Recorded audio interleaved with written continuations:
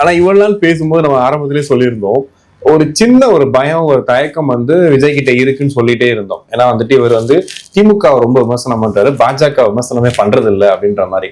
But இன்னைக்கு பார்க்கும்போது கொஞ்சம் கூட அந்த பயம் தெரியல. ஒரு கட்டத்துக்கு மேல ரொம்ப ஆக்ரோஷம் ஆயிட்டாரு. டைரக்டா வந்து கேள்வி கேட்கிற மாதிரி அவர் பேரை சொல்லியே வந்து அடிச்ச விஷயங்கள். இதை எப்படி சார் பாக்குறீங்க? இல்ல, நீங்க வந்து ஒரு களத்துக்குள்ள இறங்கியாச்சு.